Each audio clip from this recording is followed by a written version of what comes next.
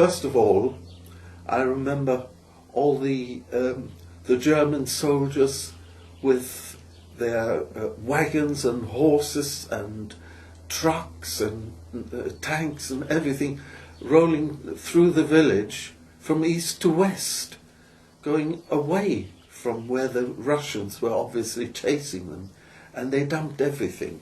I got a beautiful piano accordion just handed to me out of one of the lorries from one of the soldiers going out.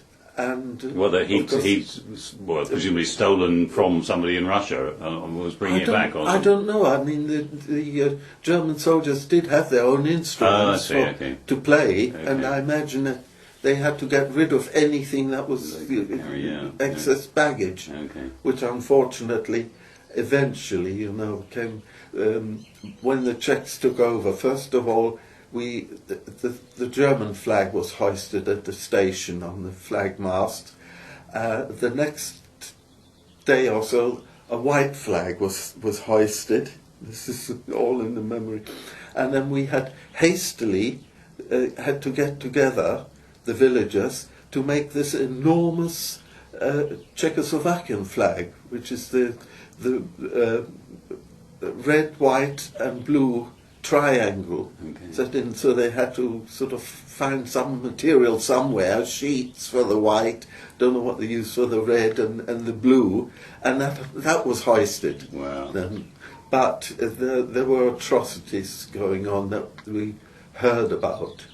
What, from the Russian soldiers? From the partisans, the Czech partisans. They came in and they took their revenge on all the people who obviously, when the Sudetenland was once again annexed to Germany, these people were for the annexation. So the mayor, the chief of police, and other people, they were tortured, badly tortured. We were told of stories about them being taken into the local river and sort of semi-drowned and beaten and so on. But my foster father, who was the station master, always had a wonderful relationship with all the Czechs because he spoke Czech, the Czech language, and he had many, many friends in Czechoslovakia, and he was totally non-political. He didn't join the NSDAP, the Nazi party, until the very end, when he was sort of, they twisted his arm to join up because he was going for a higher grade as inspector of railways. And they said, unless he joined the party, he probably wouldn't have got that post. So maybe that might have been the thing. But having said all that, my role in this was when the Czechs came in and they threw us out. They just said, off you go, take what you can in suitcases, and you walk across the border, which was then, by now, the Poles had reclaimed, so we were going from the Czech Republic, Czechoslovakia into Poland, and we were told to take what we could.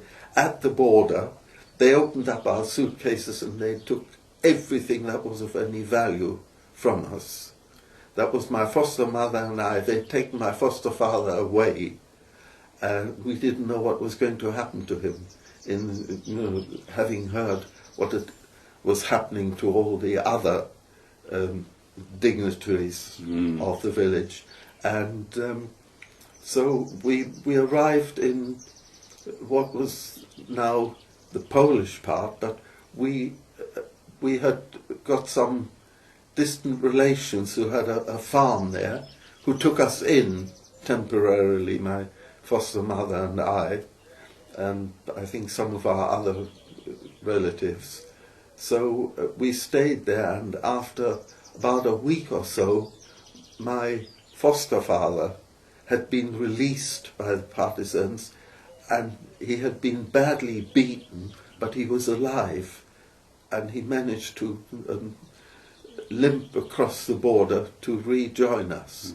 At least we were than together.